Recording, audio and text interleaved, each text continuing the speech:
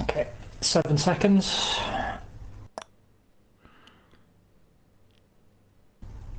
Oh, I've just got a notification that you are live. Hey, hello everybody then. Might as well say hello.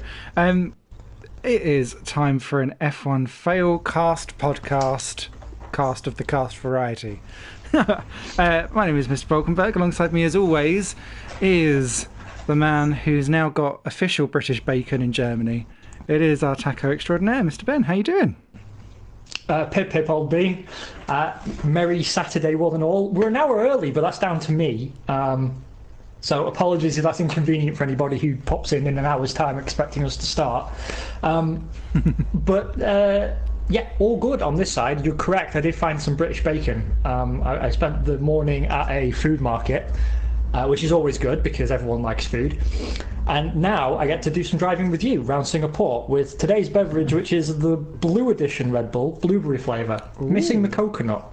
The coconut and blueberry one, that is now officially the best flavour of Red Bull. And I will fight to the death anyone who disagrees. I feel like I desperately need to try some of this at some point. It's You do. I'm sure you can track it down. I've been the closest I can get to around here at the minute is we've just had twisted strawberry cola, which is quite nice, but I feel like I want to try blueberry and coconut more. But you see, like, again, that's a combination of flavours that have no business being anywhere near each other, but I'm sure they work. It's made me curious now as to what else I can try. You know, like, I don't know, Sprouts and white chocolate. Maybe they turn out to be a taste sensation. Who even knows? The world's gone mad. It's upside down. Ah! So today we are in Singapore, separated by 20 points, which is a bigger gap than we had at this stage in the season last year. But I'm sure that we'll take it down to the wire. Although the wire may be a few rounds earlier this year because obviously the new game's launching earlier. Yes, indeed. And we will be reviewing, as far as is possible, the Azerbaijan Grand Prix, but we've got a bunch of other stuff in the news bag, so plenty to get our teeth into. Yeah. However, I am going to drop my bombshell early that I am going for a weird strategy, even by my standards, round here, because I'm applying my learnings, multiple, from career mode, 2 seasons in now. Let's dive in, and I will explain, because I've actually done pretty darn well in career mode. I've won the championship in my second season with Renault, and I will be leaving at the end of the season due to popular demand. Now, what I'm doing is I'm taking harder tyres straight out the gate because tyre temperatures are a real problem for me around here. Same. The opposite problem to what I had in Monza, where I couldn't get enough heat into the tyres. Here I can't get the heat out of the bloody tyres. But I have taken my setup and I have wiped out a bunch of the downforce. Now, knowing I intended to do this, I am not drunk this week. I've not been drinking any alcohol. Now, even though the rule maintained and that having drunk 2 beers last time out, I still managed to win in Monza. Yes. What I'm aiming for? Oh wow, the time delta is really bad between the soft and the hyper soft. That's fine. It's a rainy what I'm race. aiming for? Oh no. That's gonna That then right makes up. removing all my downforce a real fucking problem. Rainy to dry. Oh, it starts rainy and then goes dry. But it implies... See, these things never work. So 0 to 20 minutes it says rain, and after 20 minutes it's 45 minutes dry. So it could be on minute 21 it's dry again, and then that would make it okay for you. Yeah, I mean, the problem is that I've only tested with the setup I planned to use today, and I've got 3 setups saved for Singapore, because obviously I really struggled with it in my first season. Yeah. So I have Singapore high downforce, Singapore low downforce, and just plain old Singapore. Now, given the order in which they were created, what I know from this is that the best one I could find was plain old Singapore. but I'm running with a modified version of Singapore low downforce, and it felt okay in practice, although it was clear and dry. I'm going to take it because I'm not too shabby in the wet, and if I crash, I crash. It's just we can't really have any other attitude at this stage. Crashes are almost inevitable. That is true. It's right. Failcast after all. Yeah. Now, if I don't use my soft tyres in Q1, I wonder if I could use them in Q2 and start the race on the hardest compound of tyre. That would be smash-tastic. It really would. Yeah, see that. I'm terrible at all of the things, but yeah, try. I'm going to be doing the 2 harder compounds for the race if I'm one-stopping. just because otherwise I will be last, because I can't keep like you. I just go overboard. Funny enough, just to round up on the old game things, I had a couple of people that I know try out F1 2019 on the actual game itself. Dish. Yes. And they said by far the best of the series so far, although again it's more of tweaks rather than like it's evolution rather than revolution, obviously, which I think is what we was expecting. The to F2... quote Alan Partridge, they evolve, they don't revolve. Yeah. They said they had much more fun driving the F2 cars because they're actually more difficult to drive and feel much more edgier. But what they also noticed was that Codemasters appear to have made the AI a bit more crazy with the F2, and they don't know if it was just because that was their race, but they had like drivers swerving all over the track and being like extra dramatic. And I was like, I don't know if it's because they're trying to say that they're amateur-y or not as good driver-wise, but they was a bit confused with it all. And the only down thing that they had to say about it was that they had a go at some of the Prost and Senna stuff, but it is just all they gave was time trials. And they was like, we don't kind of see how this is like a mode. So it just looks like a few liveries and helmets stuck onto the legendary cars with a couple of "you're battling against Senna." And there was. To be honest, the Prost Senna thing always seemed like a gimmick to me anyway. What I'm interested in is whether they've made improvements to career mode. Because I enjoyed this year's career mode, but there's still more work to be done. The robot Lee McKenzie needs to have more imagination with the questions. Yes, I still don't understand. Like I keep getting stuff like you left a lot of paint on the wall, and then I've got the bonus for 100% clean laps, and you think, where did I leave paint on the wall? And I understand kind of why they have that thing where some of the answers are locked. But it is kind of annoying to know that you have to give an answer that makes your team hate you. Yeah. Get out of my way, Nico Hulkenberg. I have no time for your tomfoolery. You ridiculous man. We'll come to you in due course. Because also, like, I don't actually know if I'm going to play F2 in career mode. Actually. I am. I'm an F2 fanboy, so I must do. No, I mean, I like F2 as well. It's just, like, here's the thing. I buy the game every year, and I've never had any time to enjoy being successful, because by the time I start at the bottom, and then by the time I get up to a top team, the new game comes out, and then I have to go back down to the bottom again, and now they're adding an extra stage to that process.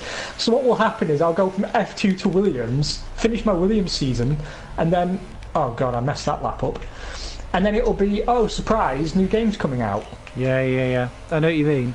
I've just finished my 3rd season in career mode. Got myself the shiny platinum. But, it's... because I'd managed to develop the McLaren to the point where Van Dorn was... It was a Van Dorn and Smithy lockout on the front row every race, practically. And we were about a second faster than the next car ahead, which was the Red Bull and then the Force India, strangely. It was turning into quite an interesting season. But then they basically went, all the regulations changed for next year, so every single thing then I had to do those career points to then get refixed to maintain again. your car. Yeah, and I thought, this part of me is just like, do you know what? Let's not bother. And then just dropped to being at the very back again because I'd played the game properly and done all of the practice programs, and took the reliability hits. That it makes it so much that your car is just way quickly developed over everything else. So yeah, if they can balance that out a bit, that would be wonderful. Well, I mean, the thing is that's what they said when the game came out, right? They said, it'll take you 2-3 seasons to get a back of the grid team to the front. And I thought, that sounds good. And then the regulation changes I thought was a good idea because it could shake the grid up. But what it seems to do is try and get the grid back to where it was at the start of the game. Yeah. And like the idea that it takes you 3-4 seasons to develop a car is just bullshit. It's not true. Because I was at Sauber Alfa Romeo in my first season, and I left against my better judgment to go to Renault because I was tired of, not being able to be, despite having ostensibly the third best car on the grid, I was tired of Ericsson always being out in Q3. Yep. But it seems like your partner AI driver doesn't get the same upgrades as you until the next season.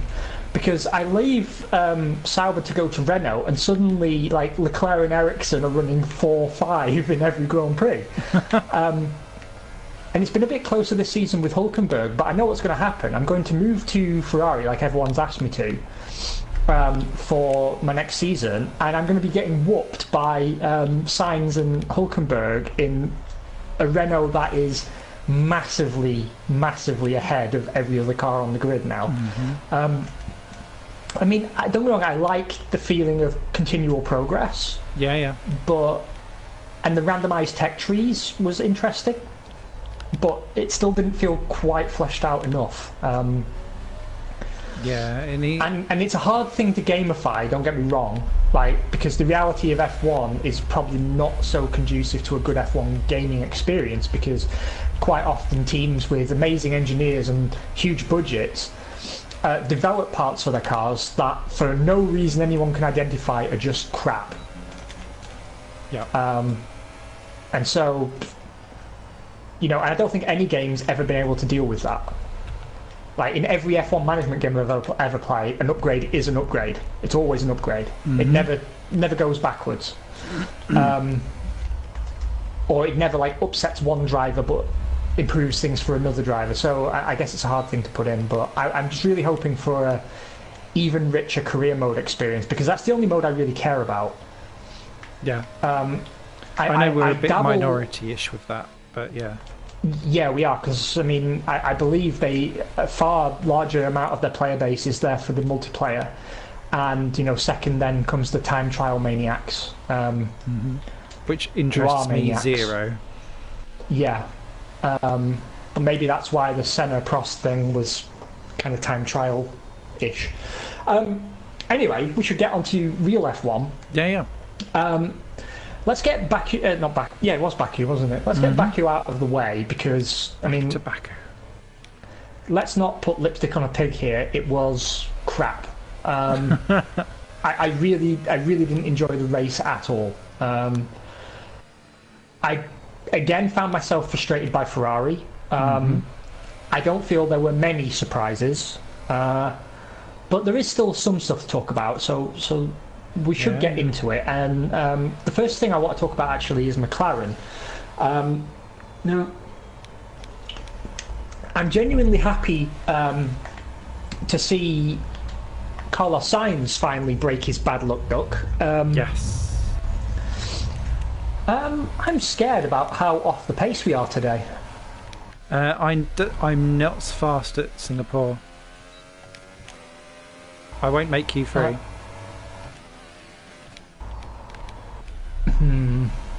Concerning.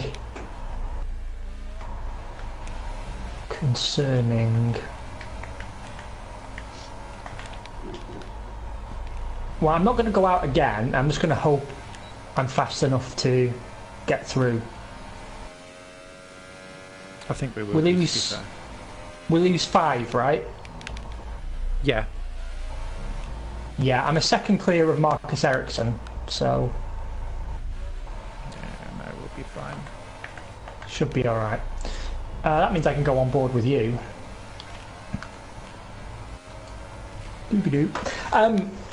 Now, I was really pleased to see McLaren essentially being best of the rest. I know Sergio Perez beat them to 6th position, but still, like, it was encouraging pace. I didn't feel that they struggled too much with the tyres compared to other teams. And It was said, actually, earlier in the season that one of the advantages of the McLaren is that it runs well on lower downforce trims compared to other teams. Okay. So that actually they can run lower downforce everywhere. And that seemed to aid them, because obviously there's a long straight here, and you're on throttle a lot of the time around Baku, actually, considering how twisty it is. Yeah. So they definitely seem to benefit from that.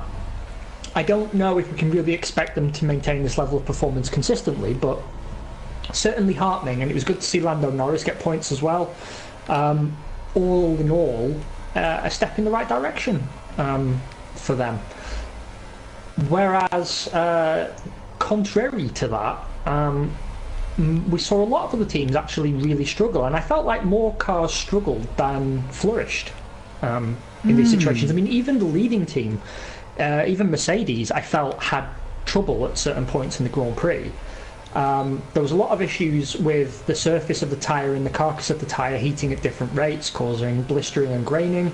The Haas in particular suffered from that. Yep.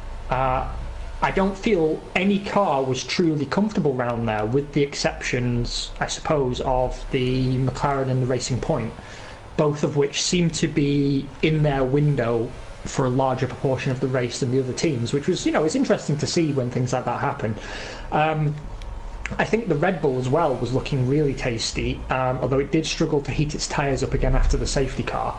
Yeah. But again, that wasn't a problem strictly tied to them. But what was your analysis of McLaren's race?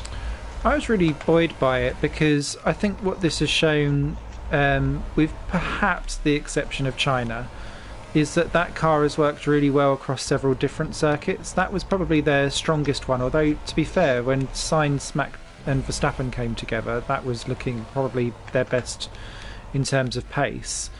I'm just buoyed by the fact that car has worked in lots of different places, and what Carlos was saying beforehand was basically we can't judge whether or not we're successful enough until, like, Barcelona, because then we'll have had a bit of everything and seen exactly how our car reacts at all these different places. So I'm really, really pleased, and the fact that they essentially were better than Renault there, so that's the first time they've really been head honcho of Renault cars ever in the turbo yes, hybrid. Anyway, I think that's right, and I think actually McLaren are quickly becoming the Renault team to beat. Yeah. Which I'm delighted to hear you say that, but I wouldn't have put my money on that. If you'd have told me at the start before of the season. No. Yeah.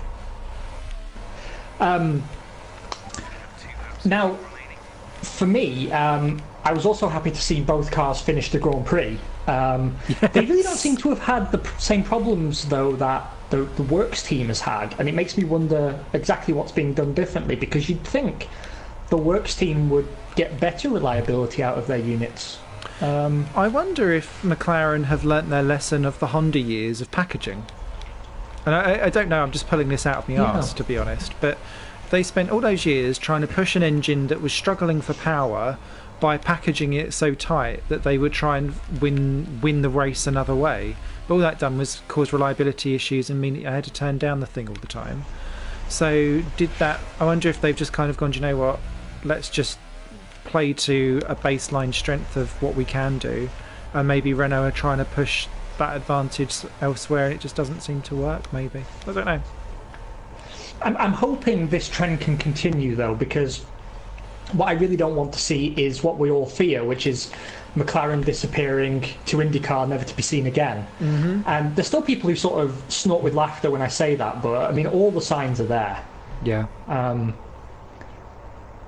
I think there was genuine concern at Woking that they just couldn't get their groove back, and it seems like maybe they're starting to finally come out of the shadow a little bit. I don't know what the long-term prospects are, but it definitely was an encouraging Grand Prix, as it was for Force Badger Stroll, India, Racing Point, Schnazzle. Who are still essentially with their 2018 car, aren't they? Yeah, that's what I was about to say. Yeah, they actually said prior to the race that we're still not really Racing Point because it's a Force India with a few bits on it, and that until is it Barcelona they're bringing a new car? Yeah. I'm really excited for what this new car is going to do because let's be honest, the old car with sticking plasters on it is better than most of the grid. They've scored points in every Grand Prix this year. Yeah. I tell you what, no one must be smiling harder than Lawrence Stroll, because that is an astonishing record from a team that's continued to astonish the F1 world for about 4 seasons now. They consistently get the most out of every penny spent, and given he's got a lot more pennies to spend, I mean, it really does seem like the sky could be the limit for these guys. I mean, they've got, if not, well, probably the second best power unit at this point. I think Ferrari maybe has the edge in terms of the power units. But, it's definitely a race-winning power unit. Oh, yeah. They have to get the same spec as the Works team now. I mean, they're a consistent fourth-place team. I think, we could be looking at them entering the top 3 within a year or 2. Absolutely. I think Red Bull should be looking over their shoulder. They were able to fight with Red Bull at the start of the Grand Prix. It didn't last. But the point was they were able to do it for at least a period of time. I have no idea where I finished there. Did I make it through? Yeah, we were fine. 12th. Yeah. I have I have no idea necessarily long term, because I was kind of hoping that we'd get another engine manufacturer and they could get a Works deal, but that seems like it's a pipe dream. Yeah. But regardless, to come in and take a team of that quality and efficiency over, and see that despite the fact that they've now got a financial security level they've never enjoyed previously, that they can continue to eke out every drop of performance as if they were running on a tight budget. I mean, that's super encouraging, and if they've really been able to open the checkbook on this new car, I'm excited to see what's going to come, because I mean, if that car is as big a step forward as, do you remember their B-spec car from 2 years ago? Yeah, and all of a sudden that was up doing all kinds of wonders, wasn't it? Yeah, I wouldn't be surprised if we saw them on the podium here and there. If it's the same sort of step, and I've got no reason to doubt that it could be. So encouraging all round for two teams based not a million miles from each other, both of whom have had uncertain recent histories but seem to be delivering. Shout out to Baby Stroll. I was going to say Daddy Stroll. He's not in the car. No. As well, because he wishes he was, though. I bet he does, especially for that he's paying for another race where he needs to sort out his qualifying, for goodness sake. Oh, I've got an amazing bug as I'm watching you come out of the pits, where the safety car is doing a little dance where he's diving in and out of the tarmac. That was amazing. It was a celebratory dance. You don't know this because obviously I protect users from the audio bleeding into my microphone, but actually there's a small device inside my Halo, and if you could hear what I could hear right now and what the safety car was hearing, you would just hear, and it just plays constantly on a loop. That's what is the key to my pace, and the safety car was just showing appreciation. That's all it was. It was doffing its bumper to you, sir. I was just going to say, Stroll for the second time in 4 races in the points, needs to sort out his qualifying for the love of God, but does love a good start, and seems to be getting himself nicely acquitted in there. So yeah, I'm pleased that he's showing at least, careful, while he's there. You're being brave out there on the softs. Yeah, well, Mexican courage. No, I mean, I've been hoping that we get a chance at some point to see what he's really capable of, because as we were said when he signed for Williams and people were trying to get him fired 3 races in, Yeah. he had a very strong junior record, and I wouldn't expect him to be on the pace of Checo at this point anyway, and he hasn't been, clearly. But I think he's starting to get more and more comfortable in the car, and hopefully, by mid-season we can see what he's really capable of. And and if it turns out that he's rubbish, then fine. But I don't think that's necessarily going to be the case, and we're just starting to see glimpses now of what he's able to do. God damn it! Every time I'm going for a hot lap, some asshole comes out of the pits. I saw you had traffic around you as well. Yeah. I'm always in traffic, forever in traffic. That's my problem. It's your logo. I don't know if this lap is screwed and if I should... Yeah, I'm going to back out of this lap, actually. Oh, shit. Uh-oh, I smell a yellow. Is that you? Yeah, I didn't hit anything. I just went down the escape road because I wasn't... Go on. Ah, damn. Sorry, I'm on an outlap anyway. Because I was messing about on my MFD. The MFD, that's another thing they need to streamline for 2019 plus. Yeah. Also, shout out, really enjoyed Sergio Perez's Beyond the Grid podcast, especially because he was laying down F-bombs within the first 30 seconds, which I found really funny. But yeah, I was quite impressed with his... I didn't realise some of his junior Formula stories where he was basically in some kind of war with someone in a Mexican championship who decided that they didn't like him and disqualified him from a race, which meant that he couldn't win the championship and therefore lost his prize European drive. And so the guy that sponsors him now kind of phoned him up and just went, "Oh, I'll sponsor you for the drive and pay for it myself anyway." And that meant that he continued on with racing as opposed to not bothering. And it was, but apparently he didn't even return the guy's call because he thought it was a prank. So he had to wait for his dad. Basically, was like, "This is not a prank. This is real." And he was like, "Oh, okay, I'll call him back then." Oh, signs! Why come out the pits now, bro? I like redemptions. I like redemption stories like that.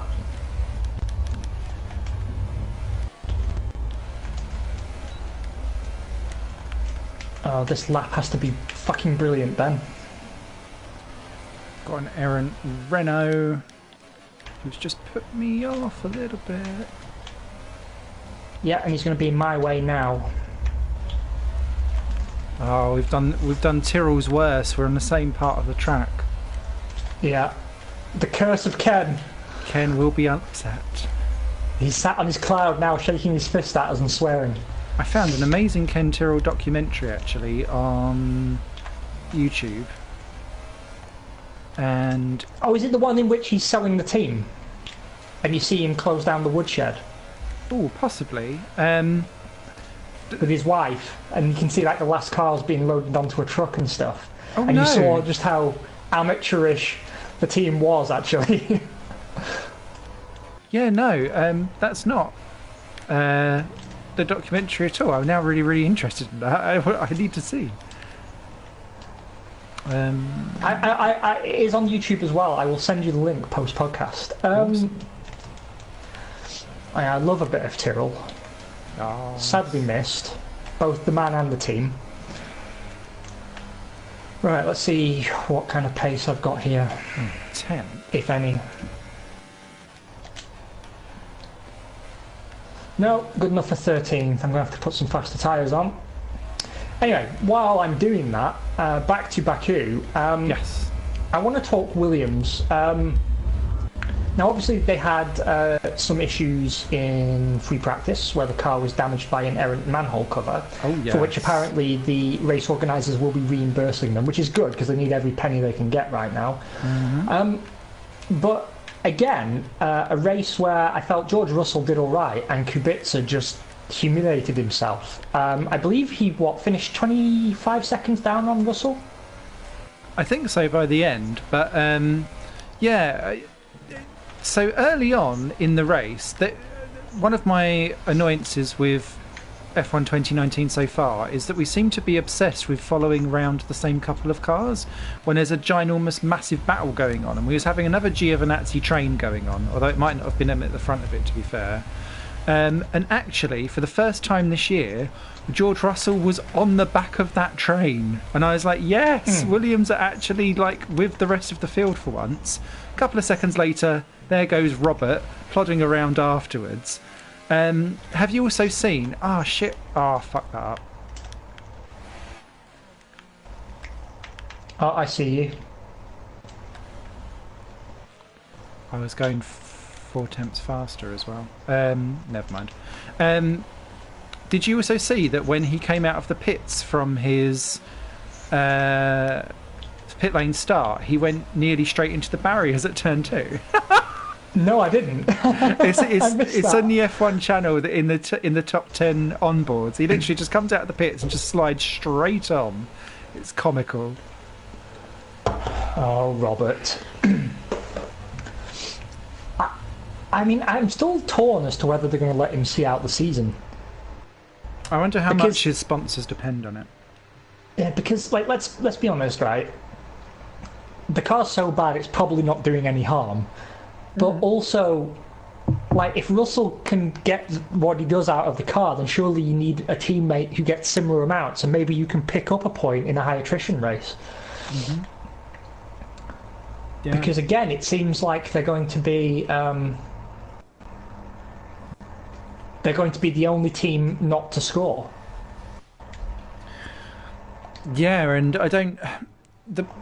Their issue is that apparently it has no stability, but it also is very, very draggy. So, like, when Stroll and Sirotkin were able to get those points in Monza and stuff, they're not going to be able to do that this year because it's not a fundamentally slippy car. So they're going to struggle everywhere.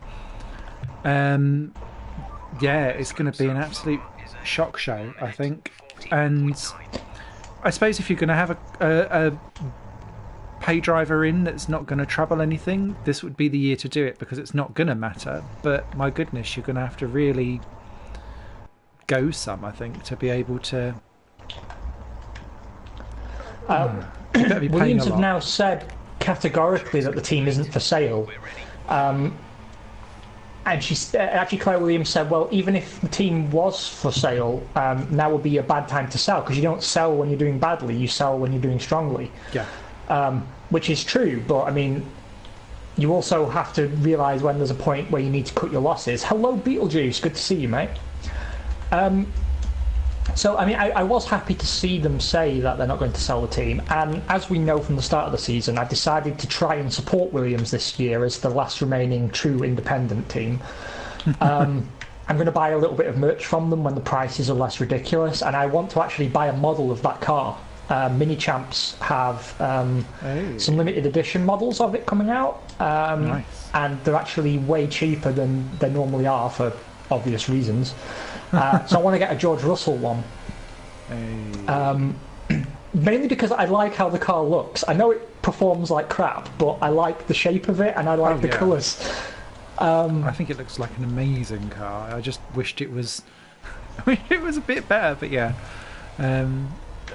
I don't quite know where they're going to go from it, but I was pleased that despite of all of the drama and the fact that George Russell had only Saturday to run, that at the beginning of the race at least, he was able to keep up with everyone else for at least the first half before the field then starts to spread and fall out a little bit. I think also, can we just say how silly it is that just because someone's had to change a chassis, that they're automatically not allowed to run in FP2 if that happens in FP1. You have to, by regulation, wait till the next day. Now, they wouldn't have been able to have probably got it ready in time anyway, but I just feel like that's a bit... It's punishing the punished, that rule. Yeah, it is. It is. I think it's kind of a stupid regulation, to be honest.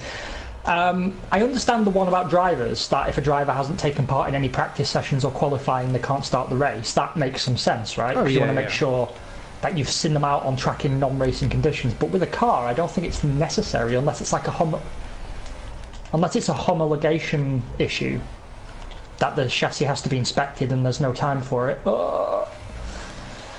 Beetlejuice, you picked up on the nuance of my words that I said I would try and support Williams. That's exactly correct. I really wanted to make the effort.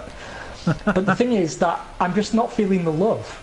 Like, I've always loved an underdog, right? And Simon and I were big fans of Minardi, and as long-term viewers will know, my favourite team of all time was actually Arrows. But there's something about an underdog that performs the way Williams performs now that I just can't find any love for, and I'm really struggling. I think it's also that I've fallen out with Claire Williams a bit.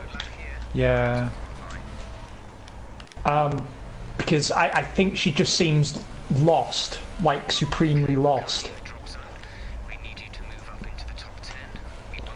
I agree. I think she's... I don't think she quite knows how to lead. No. It sounds like... I don't mean it like that, but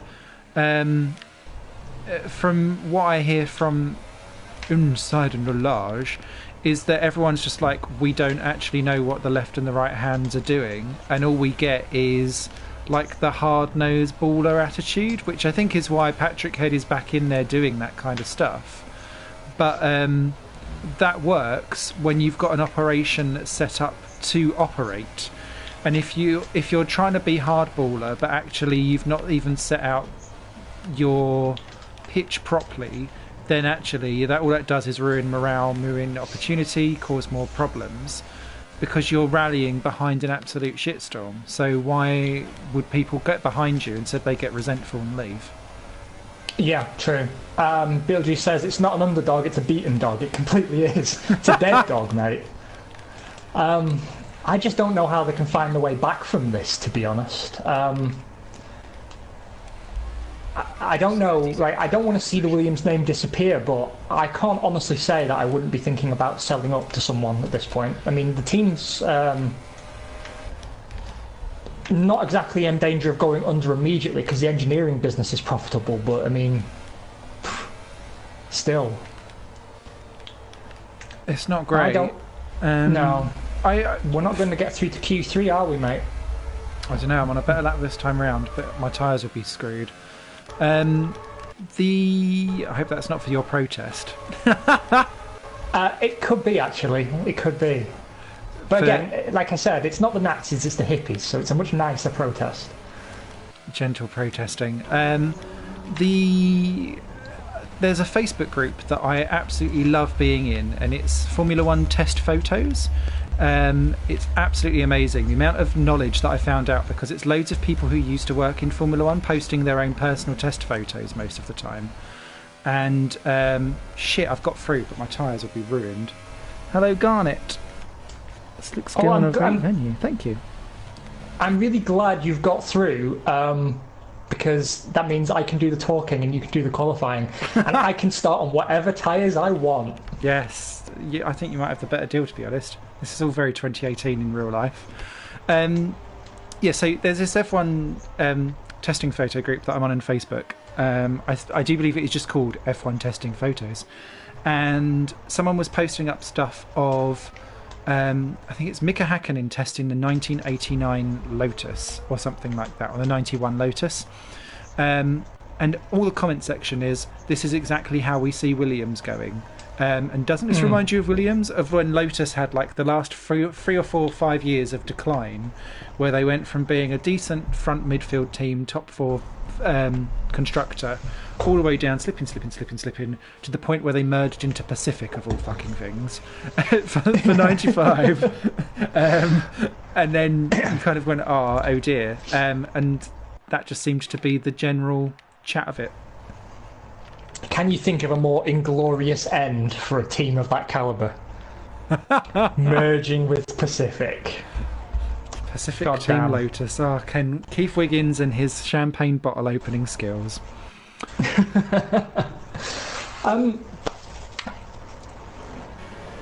Williams merging with another team. I can only think of one name for that team. Go on. You can't leave us I hanging dare now. what Beetlejuice will say.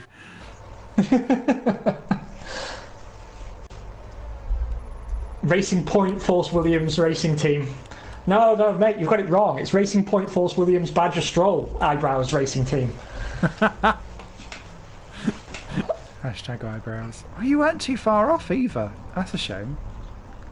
No, but I knew it was unlikely I'd get through on the softs, although I was hoping because it would be hilarious. But yeah, it wasn't too bad. I was like, what, 4/10? Yeah. I could have made that up really if it wasn't for the traffic, I suppose, and fluffing some corners. That's a really stupid excuse, though, isn't it? It's like I could have made it if I wasn't so shit. How very Stoffel Van Dorn of you. Yeah. God, if only I wasn't so Belgian. It's just holding me back. Other teams to discuss. Yes, sorry, let's we've talk gone on the Alpha. proper thing there. Yeah, Yeah. let's do that. Well, I mean, we had to talk about something because the race was shit. Right, I'm going to go on board with you and get some nice pictures. Yeah, let's talk Alfa Romeo. Kimi Räikkönen, his front wing fails a deflection test, but for some reason Antonio Giovinazzi's doesn't. And he has to start from the pit lane.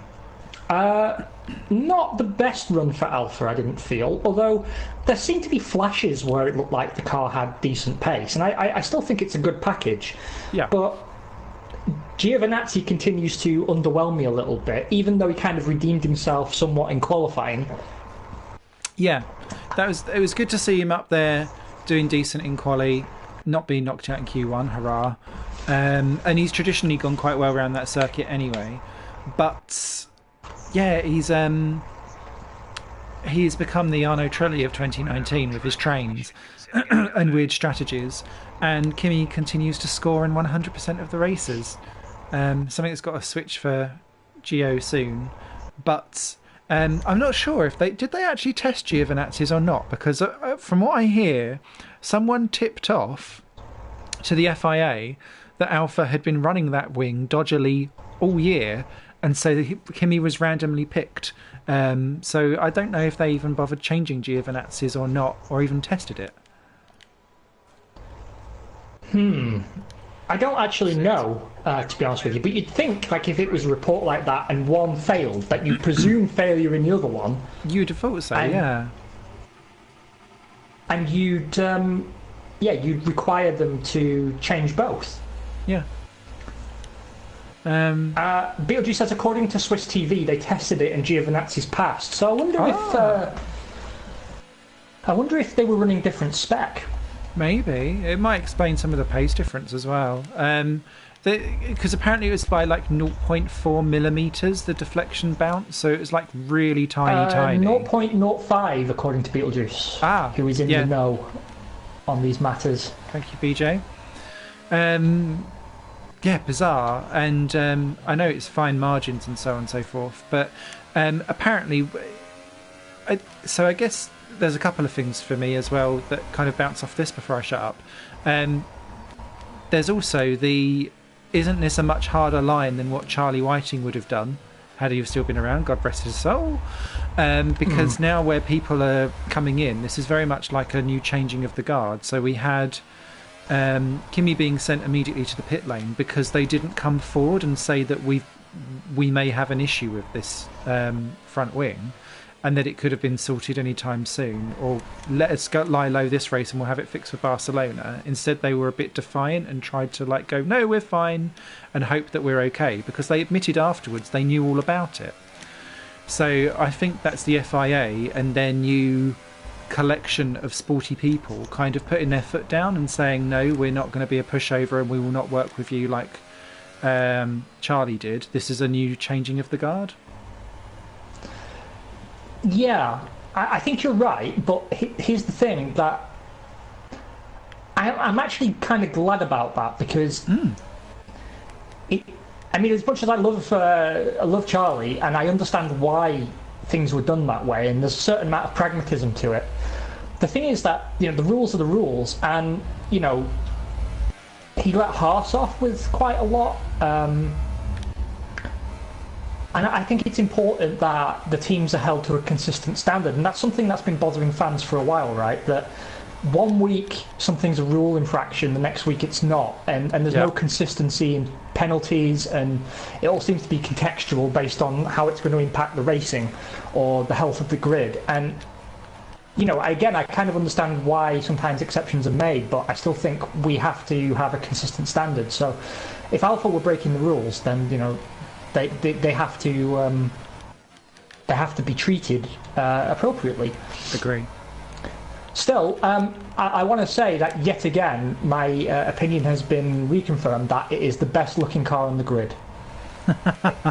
No, really, if you look at their social media, they've got some excellent photos of the car from that weekend, and honestly, it's a masterpiece. It's beautiful. Now the shade of the red has changed a little bit, and there's sort of the finish to it just looks incredible when it catches the light, right? Oh dear. That didn't go to plan. I lost that at the corner earlier as well. That corner is a tricky one, to be honest.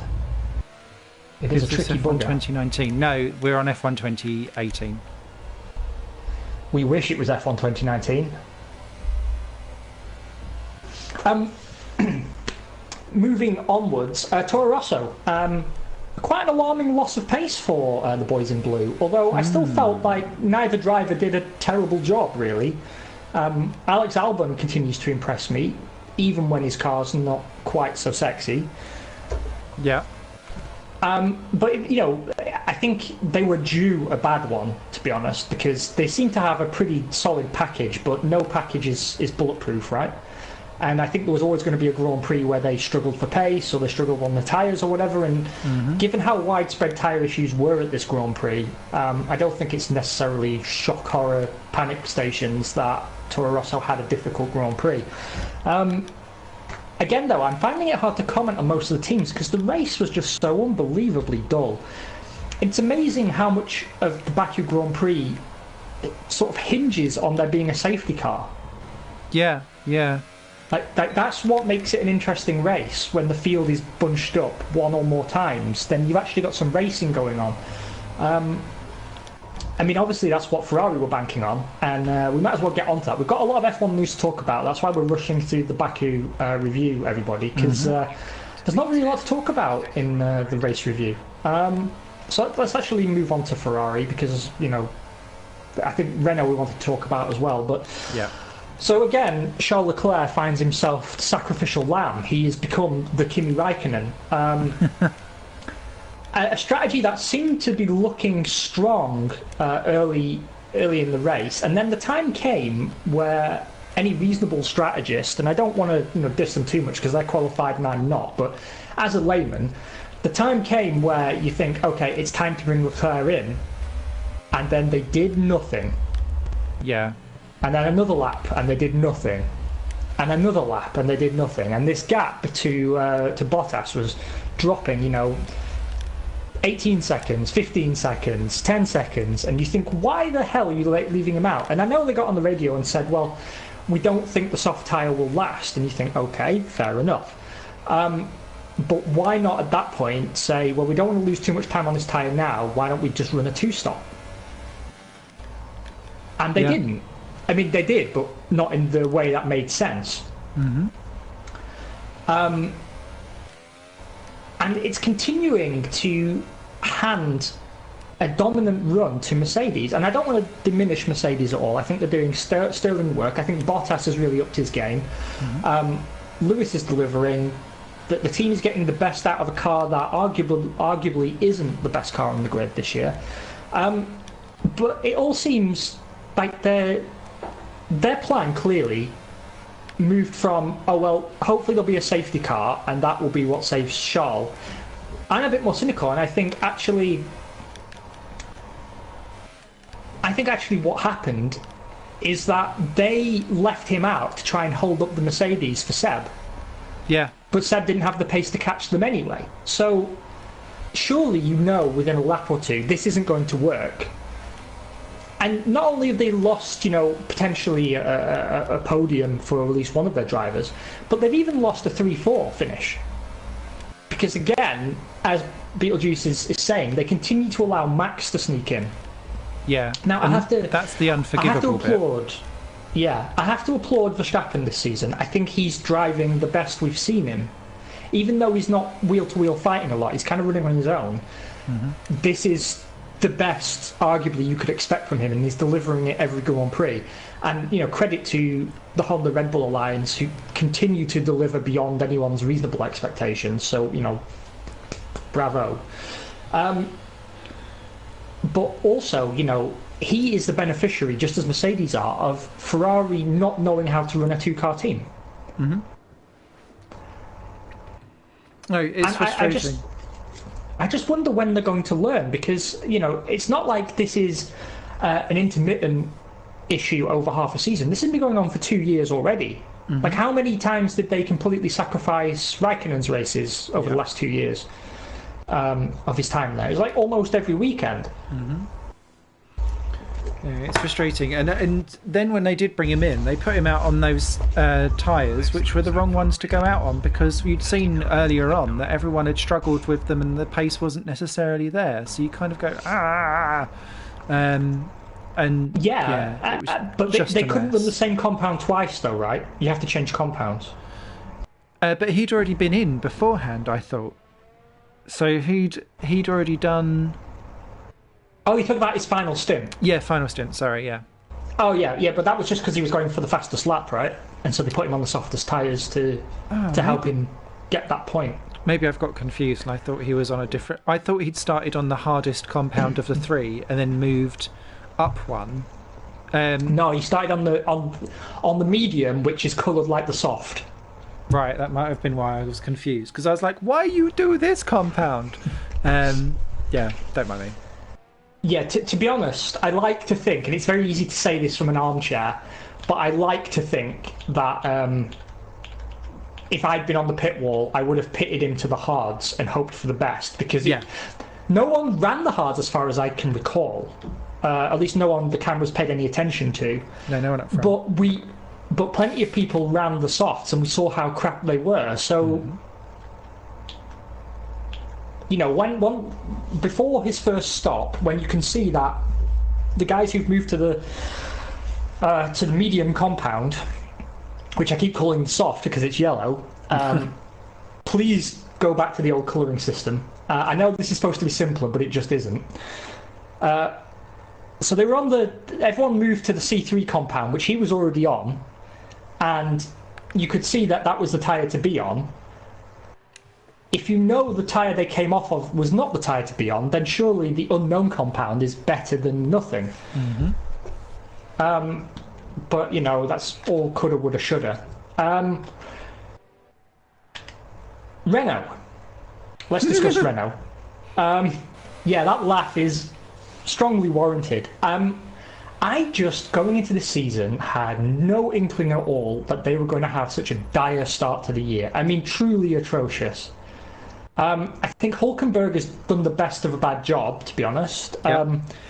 Ricciardo hasn't covered himself in glory. I don't rate him any less as a driver, but clearly the Renault doesn't suit him either.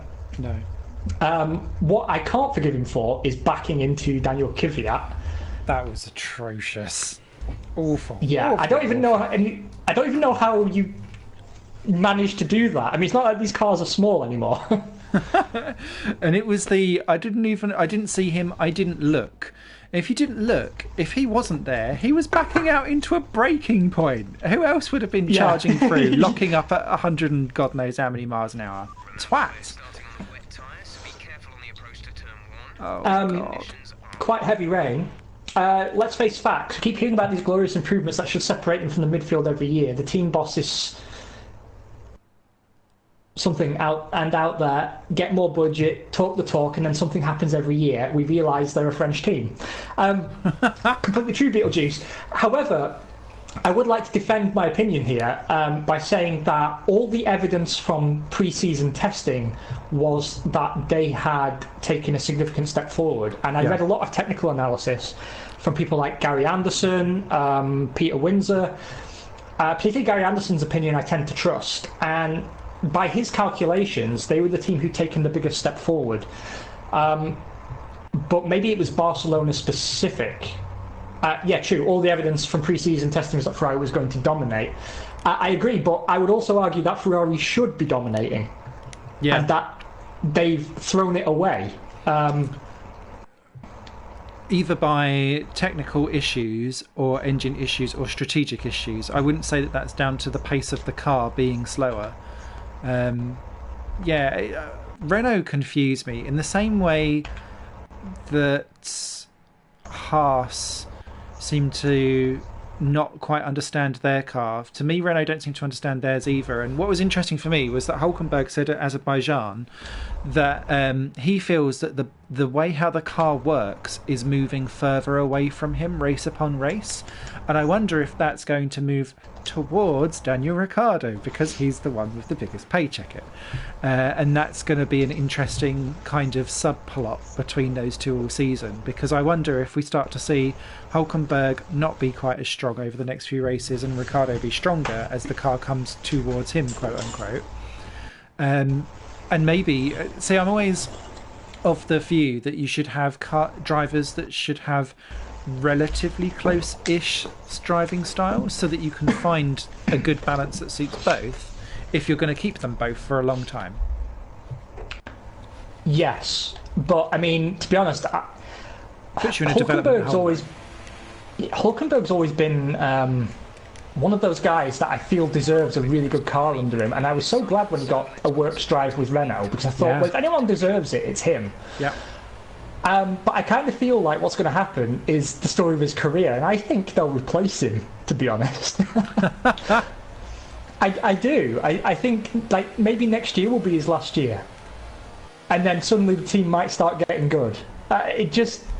All the signs are there for me. Like, it's clear Ricciardo is going to be the long-term team lead, and I wonder if they're going to try and find a young driver to stick in there. The only thing that Giuliano Alesi, please. Oh, please no, he's not that great. What was I going to say? The only thing that kind of that might make me think different is Ricciardo needs to sort out his attitude of how he's talking about this season on camera. There's something, I love the guy, but there's something about it. Or Jeff saying heavy rain passes in 5 minutes time. There's something about him that when he's on camera at the moment talking about this season that gives off an air of, it doesn't matter, I can't be bothered because I'm not winning. And I don't know why I'm getting this vibe, but it just, maybe it's the carefree attitude that when you're in a lower down grid position comes off differently. I don't know.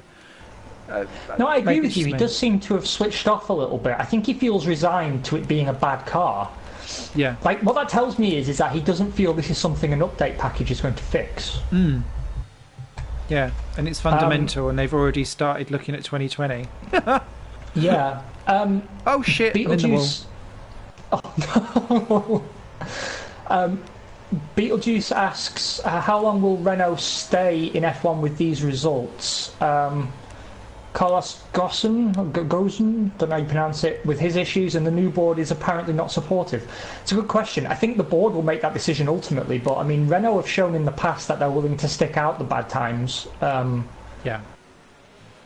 And then eventually deliver. I mean, they've had some shocking cars in the past and then still come good.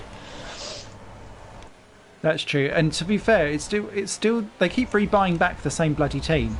So this team have won championships in the 2005, 2006, were winning races 2003 after taking over Benetton in 2001. Now, admittedly, the world is a different place now, but they have repeatedly had this drop back, rebuy it, buff and polish, sort it out, bring it forward. I think it's just that in this day and age, because of the way how technology is much more inherent in things, it takes longer to get that balance, and that's why we're seeing McLaren take so long to get back any kind of dignity, and I think we'll see the same for Renault, and I wouldn't expect them, whilst I was hopeful of something for this year, I wouldn't expect anything until maybe the 2021 change. If they can't sort it. Exactly. I think 2021 is where we're going to see the biggest changes amongst these teams that seem to be treading water a little bit. Oh, am I going to make it through this with my front wing intact? I'm not confident. Oh, squeaky bum time. There's a little. It's a bad track for the rain, this one. It is. Thankfully, it's going to get drier. The problem of Renault, they don't have anyone who can. I'm sorry, mate. I've got a hearse all over my hearse. I will come back to that comment in just a moment. The joys of live driving and chatting. The thing was, actually, I noticed Renault have started on the McLaren and the Red Bull course, which is blaming everyone else or trying to take credit where none's due. What they were actually saying the other day was that Red Bull wouldn't be where they are today if it weren't for Renault. And I kind of know what they're saying, but at the same time, I don't know how you can take credit for their car today. I think you can take some credit for their history. Yeah. But I don't think you can take credit for them being faster than you now. It's kind of a stupid thing to say. A little bit. You're taking credit for the fact that your engine was always down on power, so they always had to focus purely on their aerodynamics to make up for it. Yeah, like if we weren't so crap, then their car wouldn't be so good. Yeah, their car wouldn't be so light on its feet. Yin that yang. I still think we'll see some good performances from Renault before the end of the year because that car is immensely good on its tyres, and I think that will play out as an advantage on some tracks later in the year. But they're going to get pretty comprehensively monstered for quite a lot of the time, I think, and whether they've got the patience under the new board is hard to call, really, because we've got no experience with them. Briatore was never a technical guy, but he got the right people in the right place and let them work. Very true. He was a T-shirt salesman, which is a little-known fact. He was actually a salesman for Benetton. He was like selling their T-shirts, basically, and then got into F1 somehow by, like, casually mentioning over a coffee that he wouldn't mind getting involved in the F1 team. You want to work for Flavio, not so much Cyril. Yeah, Cyril seems a bit of a volatile character, doesn't he? Cyril a bit boo. He does, particularly after having watched the Netflix special. He seemed particularly spiky on that one. I think next year's Netflix series is going to be a belter, given how the start of the season has been. More Gunter Steiner, please. Yes. I would just take. I was trying to make a pun, but this track's too immense for me to do it. I was trying. Yeah, we're having a Monaco. I think it's once the rain stops, it'll become easier to remember we're presenting a podcast. Grunty Gunter. There we go. Grunter. Grunt. Well, that sounds like a porn name. Grunter, my Steiner. That breaking point catches me out. Is that lightning I'm seeing occasionally? Yes. Grim. I think I can maybe get past Alonso, but I'm going to run into Magnussen if I try, so I'm hoping Magnussen pulls away a little bit. In other news, some rumours are coming out, and they've been denied, but according to multiple sources, there's actually people with some insider knowledge who say there's truth to it. It's just on the record denials from both Mercedes and Verstappen. Right. But rumour is that Mercedes have made an under-the-table approach for Verstappen for 2020. Now, there is apparently a performance clause, because Verstappen's under contract till 2021. There's a performance clause in Verstappen's contract that says if Red Bull Honda can't challenge for the championship, then he's allowed to exit the contract. And given that they are not able to challenge for the championship, even though they are getting some great results, he could actually be out of his contract already next year. But the rumour is they're looking for him for 2020, which makes me wonder if Lewis has announced internally his retirement, or if they've already decided to kill off Bottas. Now, what's extra interesting about this is not necessarily that it's been denied, because you would expect that, but the way that it seems the press are saying that people they trust are saying that there is actually some truth to this story. Now, Beetlejuice has already leapt to my next point, which is I think we all thought that Ocon would kill off Bottas. Yeah. But here's my bold prediction. I think Ocon has been quietly dropped. Really? Yes. I think he's been quietly forgotten about. He's gone the way of the Vare line. I don't think we'll see him back. I don't know. I just don't know. The amount of times the F1 TV crews keep every time something happens with Bottas or Hamilton, they pan to Ocon and he's all like, "Please let me drive. Please let me drive." I don't know. I feel like he'd be too good a talent to let go. I don't know where else. Maybe they're going to stick him in Formula E then. Well, that's the thing. His name's not even been mentioned.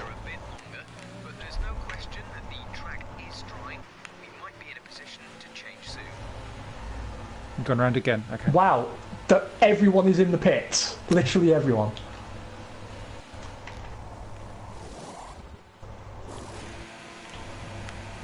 I'm being held. Okay. Sorry, I was getting really angry then. I was like, "Don't keep me waiting longer." Lost out so much time. Are you changing to Inters? Yeah. Okay, you only have to stop once now. One stop left. Hold on. Tyre status.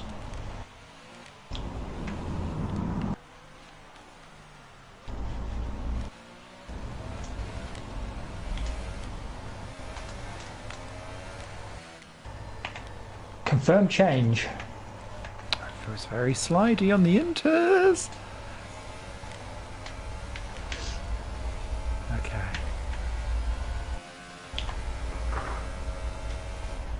Running an excess on fuel.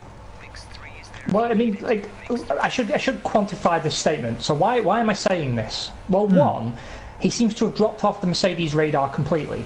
There's very little mention of him anywhere officially linked to Mercedes.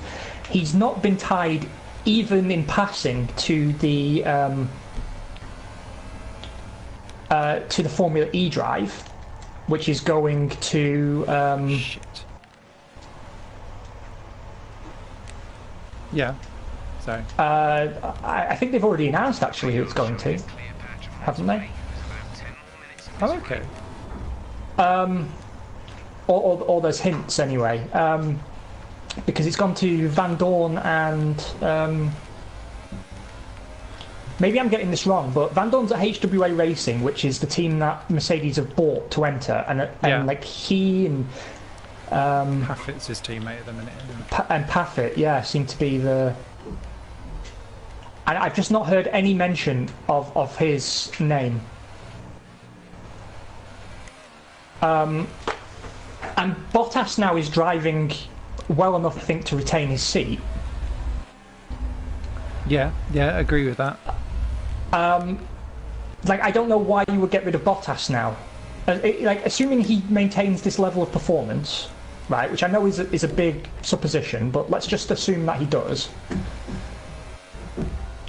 Wow, this strategy has worked amazingly for me.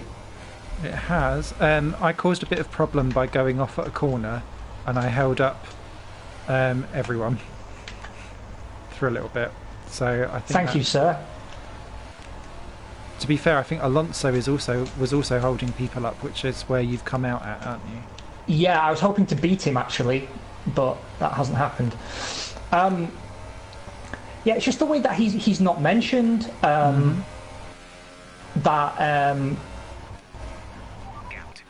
there doesn't seem to be a place for him in Formula One. I think what set the alarm bells ringing for me is that they weren't prepared to pay for him to get the Williams seat. Yeah.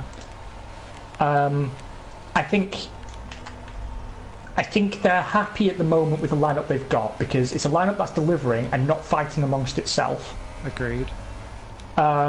So, they're bringing the cars home. They've managed to race wheel to wheel again in Baku and didn't hit each other. There was no animosity after the Grand Prix. they're on even footing in every sense of the word right now, 2 wins apiece. They're duking it out in qualifying in the same rate. I just don't see why you mess that up.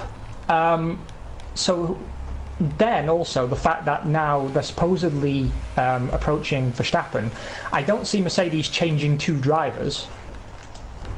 So No. either Verstappen would be moving into a seat that they penciled Ocon into but now want Verstappen for, or they're keeping one of their drivers on anyway because they weren't intending to bring Ocon into the picture, and that someone, presumably Lewis, has announced, like, I don't want to go on in 2021.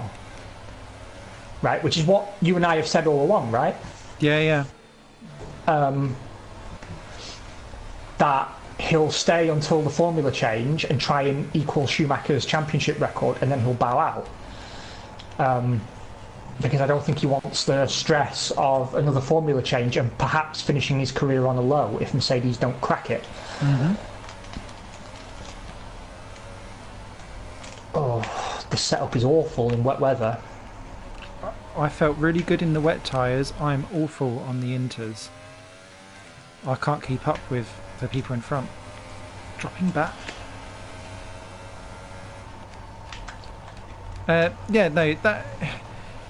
It's not something that had actually massively crossed my mind, but the more you talk about it, the more plausible it sounds. So that could be quite a nifty little add to the collection of things that we seem to get right on this stream. It's amazing how many predictions we make that come true, and yet nobody listens. I know. We're like those guys, with the sandwich boards outside churches. The end is nigh. Yep. No, I mean that's my honest assumption. I'd love to be proven wrong because I'd love to see Ocon back out there again. Yeah.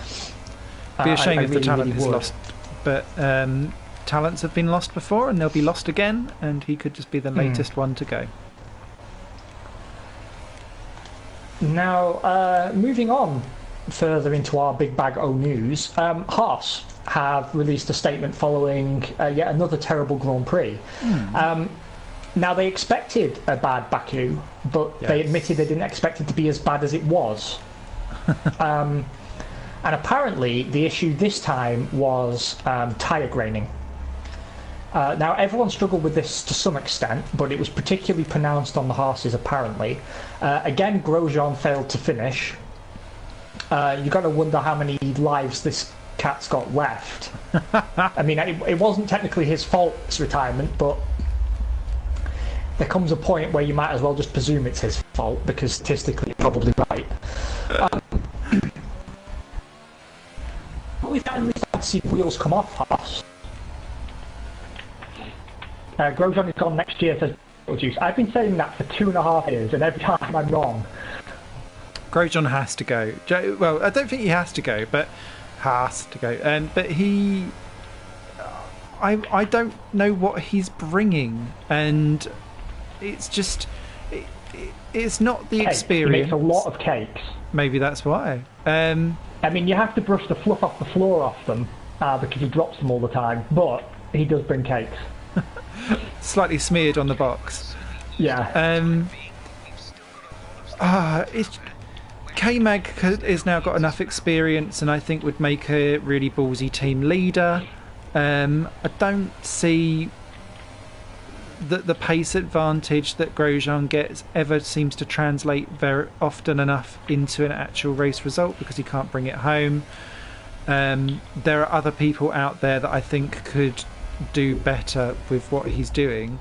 I also think as well is that at some point, if you've got someone who can't get the tyres right, can't get the brakes right, is that sensitive for a car that is struggling around being sensitive, that you need to have someone in there who can deal with car development, because it's quite clear that if you don't know how your car is being built because you're buying bits off the shelf, you need someone who's going to have that technical know-how to be able to then push and spear the car forward. And yet again, we're going to see a season where they don't know how to do it. And I think that's because half the driving lineup wouldn't know how to fight their way out of a paper bag. No, I completely agree. I mean, to be honest, this is the season I expected Haas to have last year. Yeah. Because I really thought that, yeah, maybe they'd come out of the gate strong potentially if Dallara got the car right. But ultimately, not building the car yourself, it always brings you to a point where things aren't working and you don't know why. I think Haas is in a shakier position than than is readily apparent. I mean, they've got a fictitious title sponsor, which, Rich Energy, I'm sorry, is still a complete mystery to me. They sponsor someone in Formula 2 now, they sponsor people in MotoGP, they sponsor the West Ham women's team. I saw a helicopter the other day with the Rich Energy logo on it, so they've got a helicopter from somewhere. But they don't seem to have any money, according to Company's House. And they claim to have produced hundreds of millions of cans, but no one seems to be able to find them. So the whole thing smells funny to me. Yeah. But apparently they've paid their money, so fair enough. But I don't know how sustainable it's going to be. But this is going to be the test of whether Gene really has the balls to back up his words, because I think the team had already gone as far as it could reasonably go with the setup that they entered the sport with, right? They kind of reached a peak, and they didn't get the constructors finish they were technically capable of. Let's put it that way. Yeah. But in terms of car performance, I think they reached the point where that was arguably the best car they were going to get off the shelf. They were able to mix it up with Force India, who were producing excellent cars at the time. You can't really go much further without changing something. The fact that this year's car seems to be significantly worse should come as no surprise. This car is very slippery all of a sudden. It's because we're on that greasy transition to dries. Yeah. I agree though. I think I can never see them being higher than fourth in the constructors ever, because the setup doesn't allow you to ever gain an advantage. So unless we end up down an IndyCar route for Formula One, that is their job lot, and that is all they can ever aspire to be. Yeah, precisely. And I think to some extent for a few years that would be enough to sort of keep him satisfied. But he was already annoyed in the Netflix documentary from last season. The amount of times, we heard Gunter having to call in to apologise. And what alarmed me was how few races he actually turned up to himself, which shows a disturbing lack of interest. But now he was already complaining that they couldn't fight with the big boys, right? You and I spoke last year about 2 articles that came out with interviews with Gene where he was already expressing frustration that his team couldn't seem to go any further forward. Now the team has gone backwards, and I think it's gone too far backwards to be easily solved. I wonder how long he'll actually stick around now the going gets tough, because there's a lot of money to spend to come in so near the back. I mean, they are. It's hard to place it, isn't it? Really, it kind of varies, but they're somewhere down near the back, fairly consistently. And they've had some great qualifying sessions, but they're finishing the races, like 15th, 17th, 18th, right? If my memory serves. Yeah. And if they can get the correlation between a 1-lap pace car and a race car, then I think Gene will be relatively alright and happy with that for a little while. But if they can't, and they fundamentally can't work out why, 2 or 3 seasons of that and that team will be out, and it will be sold to someone else or just closed up shop. Yeah, almost certainly, I think. Almost certainly.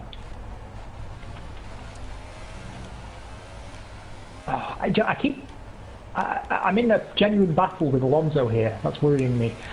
Because occasionally I can catch him, and then he just seems to fly off into the distance, and I think now the gap's got too big for me to catch.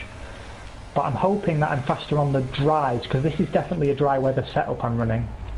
I'm losing a lot of time spinning in the corners. Fortunately, I've managed to keep Bottas behind me, which is making me feel a little bit better about myself. It's like, when you're at school and, someone makes a joke at your expense, and then the only way to feel better is to push them at the urinal later on. Same corner as I went off in Q3. I've just done exactly the same thing. Lost out to Hulkenberg. Still in 10th, though. It could be worse. I mean, remember last year I crashed in quali and the race. Yeah. I'm determined to make it home, but I don't think I'll score. That's good news for me because I need to close the gap. Now, what else has been going on in the world of Formula One? Can we talk circuits? Yes, I was going to say, we need to talk about the Dutch Grand Prix, do we not? We do indeed, and the fact that they want to go to bring in Zandvoort and replace it with Barcelona, which in principle, if they're going to... Oh, now, as soon as I cross the line, it tells me about going onto dry tyres. You could have said that 10 seconds ago, Jeff. At least he's talking to you. Tyre status? Oh no, he wants me to go to Inters again. Yes, Beetlejuice, Zandvoort. But it's not the Dutch Grand Prix track that is the most catered for Formula One. No. But Beetlejuice just said the same thing, and so did Autosport. It seems to be the widespread opinion. But it's the one that we seem to have a hard on for historically. I've seen it actually. What worries me about this is that now it wants me to do. I don't want to go into ultra softs though. Soft tyres. Yeah, I was just doing that. Soft tyres. We're doing exactly the same thing. I've got a penalty for cutting too many times now. This may be stupid because it's telling me to go hypersofts, ultra softs because the time deficit on the softs is huge. It's like 2.3 seconds a lap slower than the hypersofts. But I just want to minimise the time I lose in the pits, to be honest with you. Hypersofts. Stop saying soft tyres. Hypersofts. Oh, fucking, I'll do it myself. Thank you. Hyper Japan. What was I going to say? Yeah, so we seem to have a bit of a hard-on for this thing, but the issue that I have is that in Renault Formula 3 went to Zandvoort an awful lot. I'm going to have a crash with Grosjean in the pit lane. Yep, thank you. Changeable wing. Don't worry, Grosjean's right at home having crashes in there, expecting places. This is right. I'm not scoring now. I've hit Grosjean. Broken. Oh, good. They're changing my wing, which is what I was trying to do. But in doing that, I accidentally hit accelerate, and now I've got a 5-second stop-go penalty, drive-through stop-go penalty for the pits as well. Oh my god! You poor man. It's not your day, is it? No, and it's put on a completely different set of tyres to what I asked. What are you on? Ultras. But to be fair, that's not a bad, because then you can finish on the hypers. Yeah. A disaster. Anyway. Beetlejuice says, don't get me wrong, I like driving on Zandvoort, but there's no way the track is F1 suitable. No, I agree, but apparently F1 have set out a list of requirements that Zandvoort needs to meet, but in principle, I believe the deal is done. I really thought it was going to go to Assen, because that was, wasn't that purpose-built for a Dutch Grand Prix? Yeah, well, TT Assen does all of the MotoGP stuff. I wonder if they're trying to avoid the whole the motorbikes and the curbs and all of that crap, and maybe that's pulled into it a little bit. The other thing that I'd have maybe said is I know I was going to say Zolder, but I'm just thinking of tracks beginning with Z. That's Belgium. My worry is that every time I've seen an F3 race that's there, it's been as dull as hell because no one can overtake. There's literally overtaking down into turn 1, and there's like a weird little left-right chicane that reminds me really of a chicane at Phillip Island. That's halfway round the lap, where I see occasionally a botched overtake and someone smashes into someone, and that's all that ever happens at Zandvoort.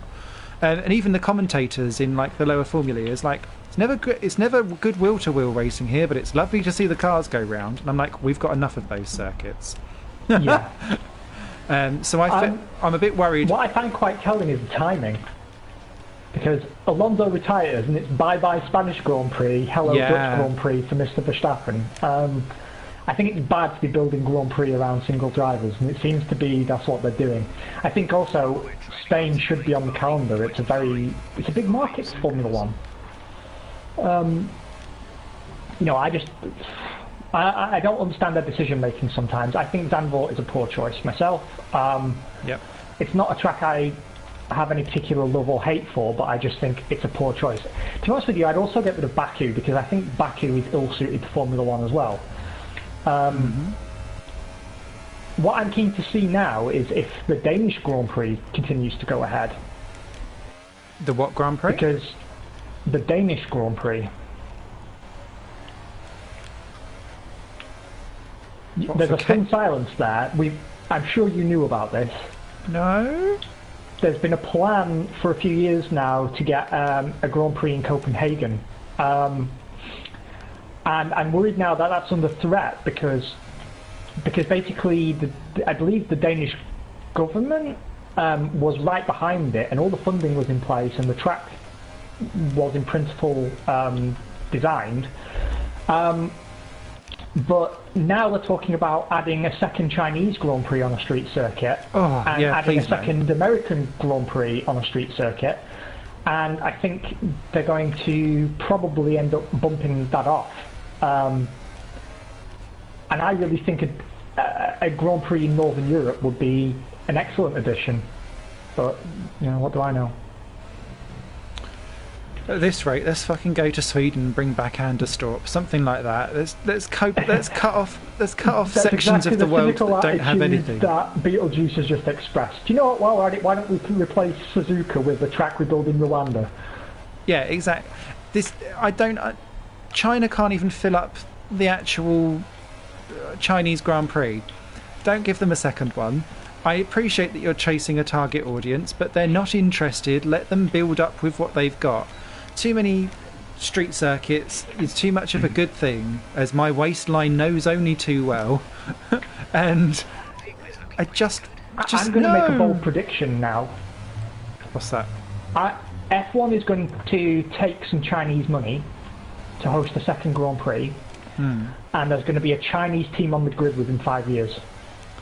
Now that wouldn't surprise me, the Chinese team on the grid. One of the big Chinese automakers, like Geely or Honky or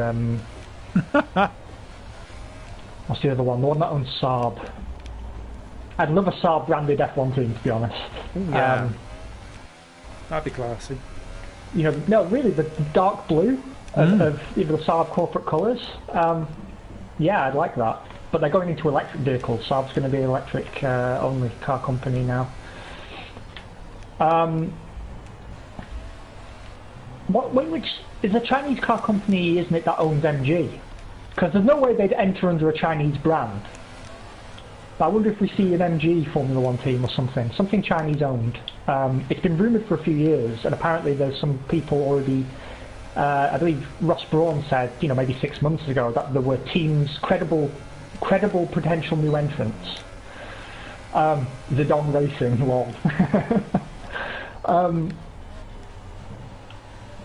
But the rumour was there was already like some Chinese-funded potential new entrants. Yeah. And I think that's part of the reason they're looking at a second Chinese Grand Prix. I think they want to attract some Chinese money into the sport, which will be Chinese teams and Chinese funding. I could see Fist Formula One racing team. I could see a Dragon F1 team coming along, or something like that. Yeah, I mean, China has some a foothold already in Formula E, right? Not Dragon, because that's owned by J. Penske. Yeah. HWA, which one is it? Yeah, it was HWA, but there's another one because they've built an electric car. Oh shit, it's gone from me now. Oh, fucking hell. Tichita. Yes.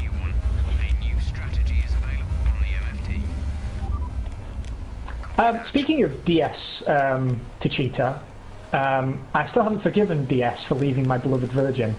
Although Virgin have actually gone on to perform better with Audi engines. I did see my first ever, like, not a Citroen DS, but like a DS car the other day, and it was very nice. Ooh. It was like a big SUV, like luxury SUV type thing, and it looked fantastic. It's funny that, isn't it, how that you get performance tuning divisions of car companies, and increasingly they're being spun off into their own brands, because Dodge have done it with Ram. So Ram is now a car company owned by Dodge, oh, right. and all their Ram pickup trucks are Ram branded. Citroen have done it with DS, so DS is a new car company. Honda did it with Acura, because Acura was initially supposed to be like a performance version of existing cars. Right. And of course there's a Bath, like you get Fiat 500s and a Bath 500s and things like that. I think it's cool because I like diversity in car brands, and actually a Bath are providing engines for Italian Formula 4, so I'd love to see a Bath enter in some capacity, but there's a lot of Fiat brands already in top level motorsport. You know, you've already got like Alfa Romeo and Ferrari in F1, and you know, I don't know if they're necessarily interested in adding to that. I always thought Maserati would come in at some point, but they seem to have forgotten about Maserati in recent years. Yeah, There was a rumour about a Haas Maserati tie-up, wasn't there? But that seemed to disappear. I could see that looking quite swish as well, actually, those colours kind of combined. Yeah, alas, it was not to be. It's interesting, actually. I think F1's going to struggle to attract new car manufacturers into the sport. I mean, we've seen that with the way all the interest evaporated for the 2021 engine regulations. That, you know, it's confirmed now Cosworth, Aston Martin and Porsche are all no longer interested, and they were the only ones who were interested to begin with. People keep bugging Ford to come back, but they've already gone on record and said that F1 has no interest for them at all. And that's surprising, actually, given that the Ford EcoBoost engines are already spectacular, and you'd think that, you know, bringing EcoBoost awareness up via an F1 entry would be kind of smart, but no. I guess because if you're looking at being eco-friendly, maybe that then lends itself more to batteries, energy saving, that kind of stuff, which is more brand apparent for Formula E. Maybe, I don't know. Yeah, well, I mean, what you're seeing is that everyone wants to enter Formula E now. I mean, look at the number of brands that are going to be on the grid from, you know, next year. I always struggle to finish the comprehensive list, but I'm going to try now. The comprehensive list of legit manufacturers that are in, and this is as works teams and engine suppliers that are in Formula E next year, are Mercedes, BMW, Nissan, well, Nissan / Renault, Yeah. Audi, Porsche, DS, Venturi. Come on, Ben, there's more. There is more. Ferrari is supposed to be entering at some point, but there's no date confirmed for that. Oh shit, I got a 3-second penalty for cutting. That might be enough to take me out of the points. Shit. I don't know, Grosjean's going really slowly in 10th. But Who else? Porsche, Mercedes, BMW, Audi, which is already like hugely respectful anyway. yeah. Nissan, DS, Venturi, and there's another one. There's one more. Oh, it's HWA. Yeah. Yeah, because they're building electric cars now. Yeah. Oh, okay. So, there's almost as many manufacturers as there are teams. And I believe more are interested in entering. It's only a matter of time before we see others come in. It's doing a much better job of attracting teams like this. And I don't know what the long-term prospect for Formula One is going to be, because we always talk about this, but they seem to be in an identity crisis. I don't think F1 really knows what it's going to be in coming years. No, and that whole identity crisis, I think, is also why the 2021 regs, because they are still at that high level strategic, I don't know what we're going to be, that I can't really tell much. It's just, it's going to be closer, it's going to be great. Those buzzwords don't help people put down money to that kind of degree for something that they're not really sure what is going to be relevant or not relevant, because F1 hasn't decided whether it wants to be relevant or not relevant. It seems silly to me, because it has to be relevant. It has to be. It's not optional. It requires too much money to compete. I mean, you need, people like Renault and Mercedes in there, because that's where the money is in the car industry. Mm-hmm. You need Hondas, you need Toyota, and they're just not attracting them. I think they've been very lucky that Honda have stuck around, to be quite frank. Yeah. Although I'm hoping that Honda then stick around to get their redemption story, because... but it's interesting that... I think that's infinitely more likely now, given how well the Red Bull partnership has started off. Yeah, absolutely. Because leaving McLaren has made running in F1 hugely cheaper for Honda, and they're getting better results and better publicity. And as a partner, I don't think Red Bull is a bad one to have, to be honest, given how popular the brand is and how much content they put out. They have a far bigger audience than McLaren ever did. Yeah. No, I agree.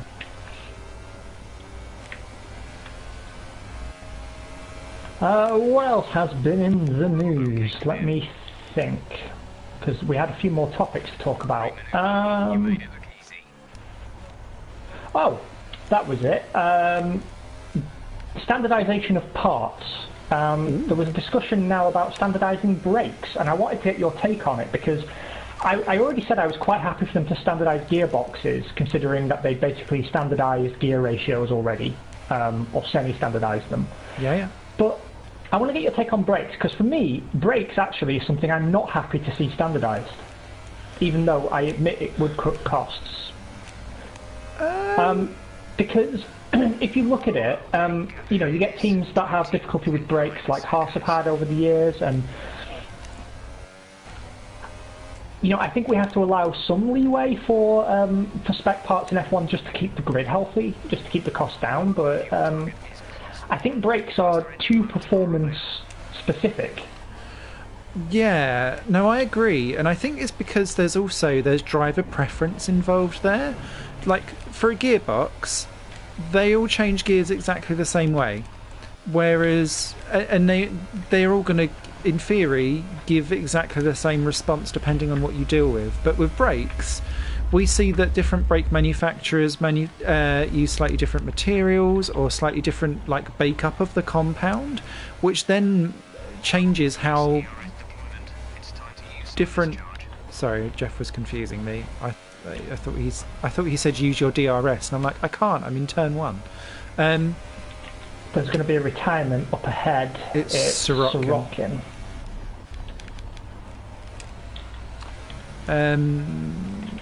Yeah, so for me, a driver actually, because that is in direct feel with how you drive, I don't think that should be standardised, because then it means that you need to drive to a specific way of that's prescribed by that manufacturer, and if they change their compound, then that will change how drivers feel. Whereas I feel like if you changed how a gearbox works, unless you're changing the position of where if you was going back to a manual gear stick shift, all drivers would be able to cope with that exactly the same.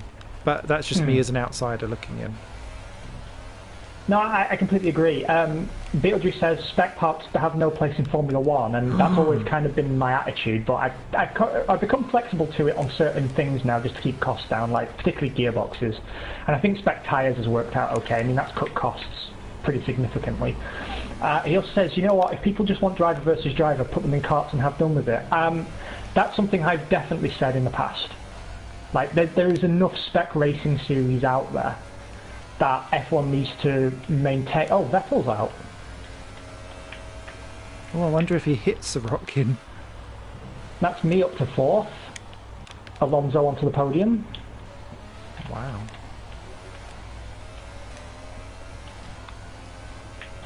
Shit, I thought I was going to do well by being on soft tyres, but apparently not, because everyone around me's on soft tyres. So no one's stopping again. Shit, way too late on the brakes. Stupid MFB.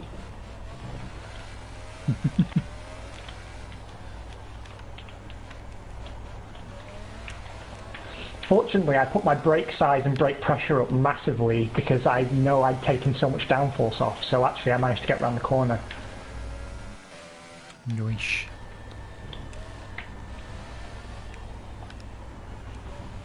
What else would you consider having as a spec part? Honestly, very little. Because I think, you know, the suspension, brakes, engine, those should be sacrosanct. Gearbox is already borderline for me, but I'm kind of inclined to go with it since already teams have to stick with one set of gear ratios for the entire year. So, you know, why not have those ratios in an identical box? Who gives a shit? Yeah. I'd say control electronics.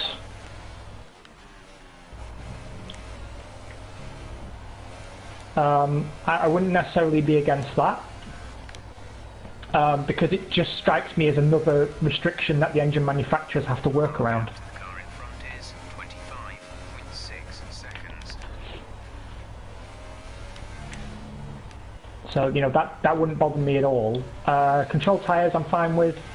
For years I was saying I want the tyre walls back, but I've actually changed my position. Given how good the racing has been with these control tyres. Okay. I mean, I do miss the kind of things we saw in like '97, where there'd be certain manufacturers would have better tyres at certain Grand Prix. It did add a certain unpredictability to things, but I still think we get quite a lot of that in the midfield anyway with a control tyre. And even at the front, to be honest, like, you know, we see the Mercedes and the Ferrari perform very differently in different temperature ranges on the same tyres. So no, I still that makes think sense. You know, control tyres don't really damage anything. Introducing in 2021 gentlemen drivers to shake things up. Seats are open for purchase for sheikhs and oligarchs. I tell you what I wouldn't mind seeing, though, to be honest, is like an amateur equivalent of Formula One. I would actually watch that. I'd be in it. Depending on how amateur we want to be. Yeah. I still think if they're serious about sim racing, what they need to do at some point is have, I don't know, F3 cars or something, and have a sim racing event. That would be cool. Because I still think this idea of transitioning sim racers to being real F1 drivers is a stupid one. And I still find the way they market sim racing and esports to be really inappropriate. Agree. We've already talked about this, right? That the kind of dynamic graphics that they use to promote F1 drivers doesn't work for some, you know, fat kid from Thailand who's covered in acne, and, you know, it just doesn't work. No. He's not an athlete. Like, I've seen that Brendan Lee is now getting his chance at his first real race in, like, actual motorsport. But they've had to basically make him train for years to be able to do it, because if you do, like, a before and after from when he won the official F1 thing, So like how he looks now, he's like half his weight. He's probably grown about 6 inches as well.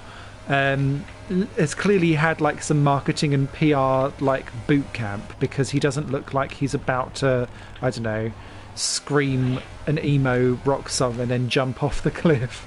It just. Well, he used to be. And excuse me if I'm confusing him with somebody else from esports, but if I recall correctly, didn't he used to be an unbearable twat? I don't like, know. Really smug, and everyone hated him. I genuinely don't know, because I didn't. If it wasn't R Factor and R Factor 2, I don't really pay too much attention to the other platforms anymore.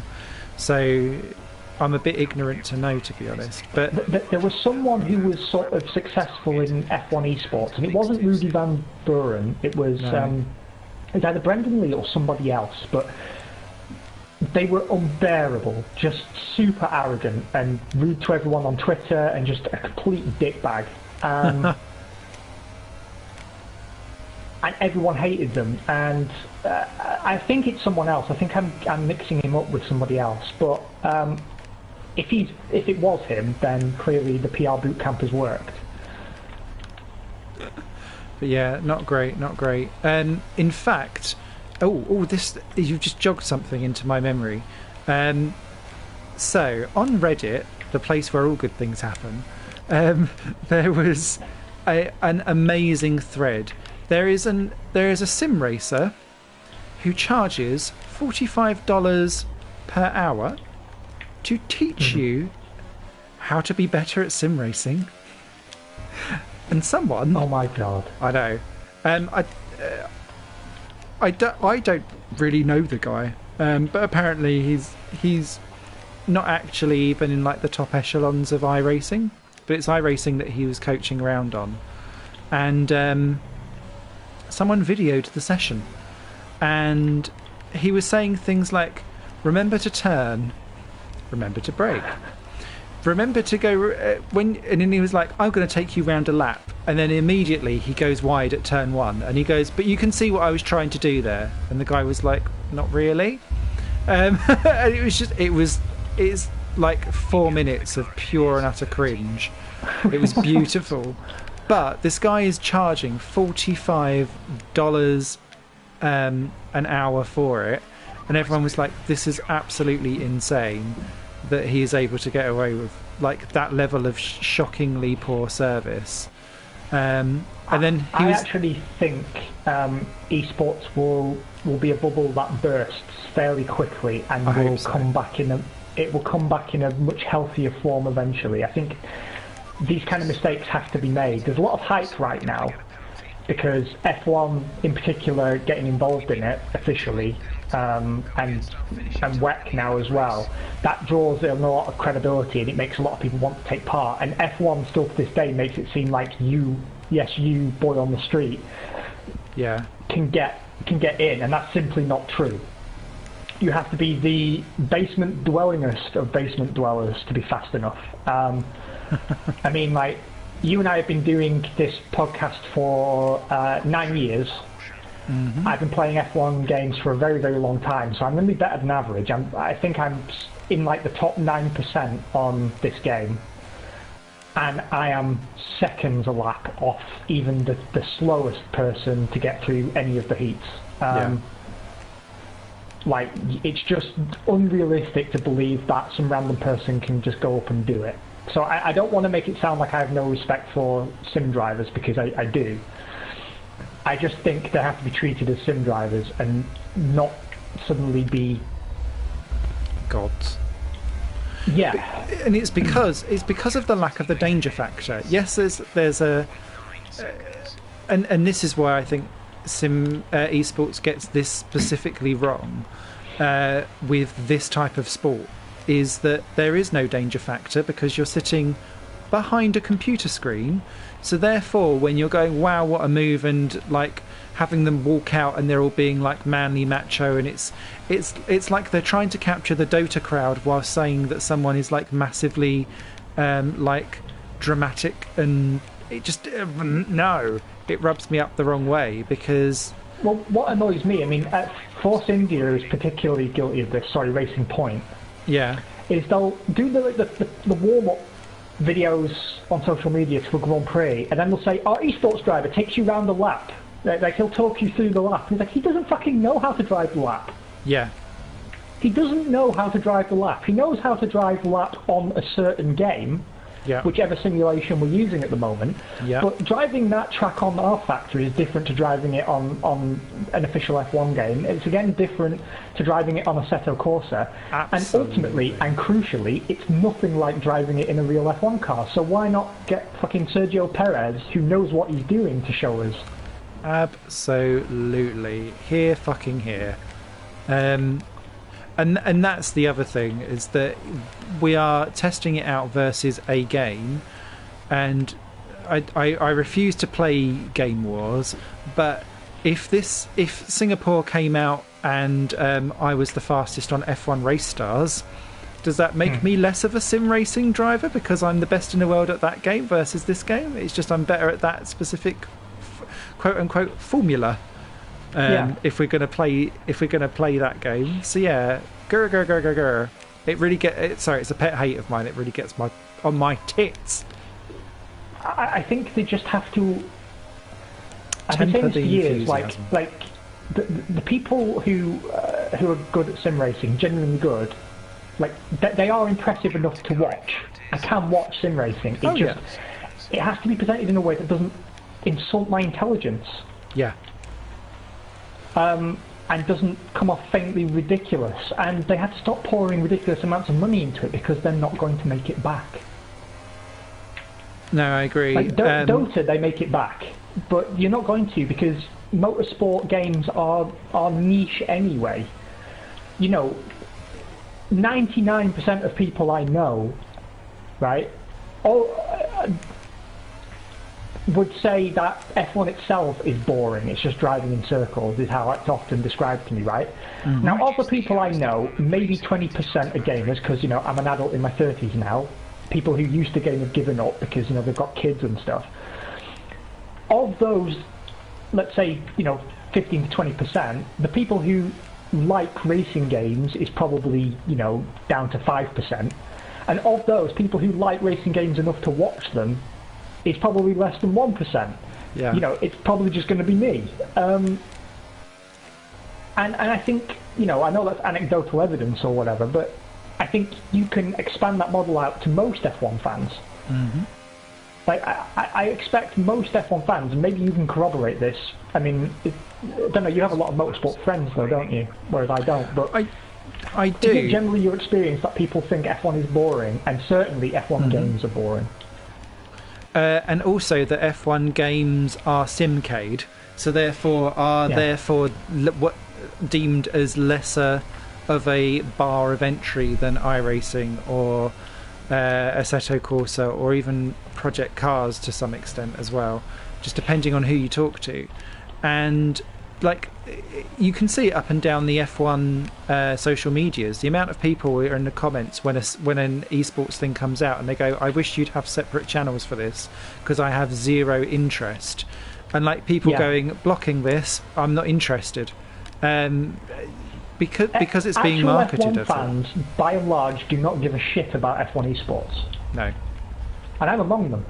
The only drivers I can name are Rudy Van Buren, because he used to be a GPVWC driver, so I knew him from there. Yeah. And Brendan Lee, because he's fucking everywhere and you can't get away from him. I can't name you anyone else on the F1 esports grid. I can't tell you when the events happen. I can't tell you the format of the events. Just do not care. I just don't. There is a market for it, but it's not even all F1 fans. So, no. Yeah, I don't know. The whole thing's stupid. And I tell you what, I agree with the Simcade criticism. Now, I like Simcade. I enjoy playing this game more than any other racing game because it doesn't require me to spend a million years in a basement getting good. Right? I can get competent. You know, it's simulatory enough that it feels authentic, but it's authentic rather than realistic. Yeah. And it's challenging enough for me that I feel like I'm not totally wasting my time when I do a season, right? I feel some sense of accomplishment if I do well at it, because the game is punishing enough when you get the difficulty settings right for your skill level. Like a small mistake will cost you a lot of time, which is as it should be. But if you want me to watch sim racing and respect the drivers, put them onto R Factor 2. Yeah, make a bespoke, like, Or make a bespoke sim. Yeah. What about the interesting one? Now, I was privy about 8 years ago to see the very, very beginning of this technology being used, but Formula E have recently been talking this up a lot recently, and it's I don't want to get a penalty, but I don't really want to be lapped either. But it's where you can race against real racers using their GPS. Yeah, ghost racing. So the idea is you download a real ePre and then you drive it. Yeah. At the same time, and then you can see where you would finish. I think it's a really interesting idea. It's coming out on PlayStation 4 as well, so we can give it a try together. But what I was hoping for was an official Formula E game, not just ghost racing. Yeah. But, career mode the works. I'm sure that will come in time. But I do like the idea. Because, I've already driven a Formula E sim. They had them at the Formula E races. And there was a lot of potential in that, but I believe they were running Real Racing 3 with a Formula E car. So it wasn't like a bespoke sim or anything. Right. I'm hoping that we get a bespoke Formula E simulation, because the interest in the series is growing enough, and I certainly do a Failcast season in Formula E, provided it was sufficiently interesting to people. Well, we haven't finished on Real Formula 1, but we have finished. Final lap. Is there anything we've missed? I think we've covered all the big news. It's kind of a slow fortnight for news, really, wasn't it? It was. It's been an interesting period, but I wouldn't necessarily have.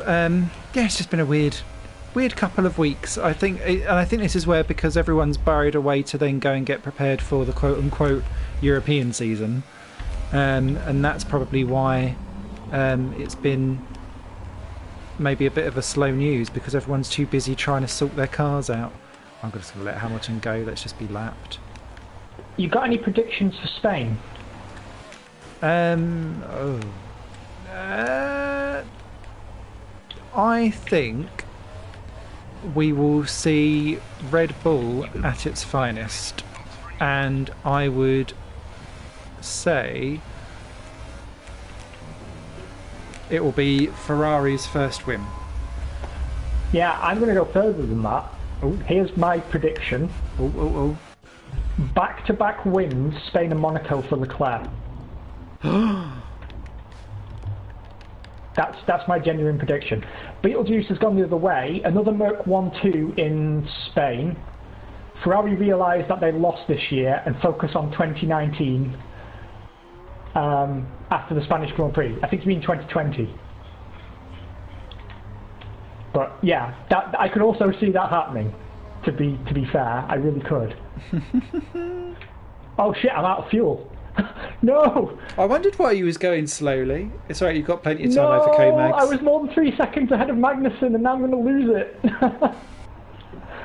I wasn't paying attention. Ah, damn it. Oh no, I kept it. Oh, he smacked right into the back of you! Oh, nothing like a fail at the line. I'm even able to let Hamilton through, lost a bit of my wing, and then lost 2 positions for a 3-second penalty as well, so don't worry. Disaster. What the fuck is Alonso doing on that podium? I know. That really should have been me if I had my shit together. My strategy worked really well, actually, and my tyre wear was superb with the low downforce setup. It was tricky running the wet, but staying out that extra lap on the wet, that brought me up to 3rd at one point. Why is the track's now Yeah, raining why again? is it raining again? What? This game. Nicely done. Yeah. 6 and 8 Oh no, points. Magnussen beat me. So I should have got 5th, but my penalty cost me 5th. Boo. And I was 15th, but got penalties. A pleasure gossiping with you too, Beetlejuice. I've been poking Simon before the stream started about having a spontaneous Rocket League stream at some point. Because I want to stream a little bit of Rocket League. I've got into it again. So maybe we'll see you around some point during the week. Let's have a quick check of the standings. The gap between us is now reduced to 12 points. It has indeed. And we have finally... oh no, we were already in 3rd, weren't we? Yeah. Lost I out don't a think bit we can to make that Mercedes. run on 2nd. That seemed possible a few Grand Prix ago. No, But we're still well on course for our best ever Constructors finish. definitely. And I think that's really like the... Because here in Monaco are the ones where we know we're going to take points hits, whereas I think now from here on in, potentially we have a run of... If we get it right, we can try and screw up Mercedes if they finish behind Ferraris. And maybe we can have an outside runner.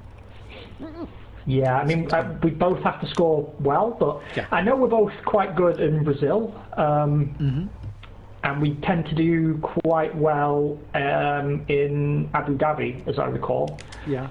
USA, I'm not so good in this version of the game. Same. And Mexico as well, actually. Yeah, Mexico I used to be really fast at, but I have lost out again in this version of the game, mainly due to tyre issues. Yeah. Anyway, thank you for joining us, Beetlejuice. Pleasure talking with you as always, and thank you to everyone who comes by and watches on replay during the week. Simon and I will be back in 2 weeks' time, where we'll be reviewing the Spanish Grand Prix. So all of you have a good one. Yeah. Love you, bye. Take care. Bye.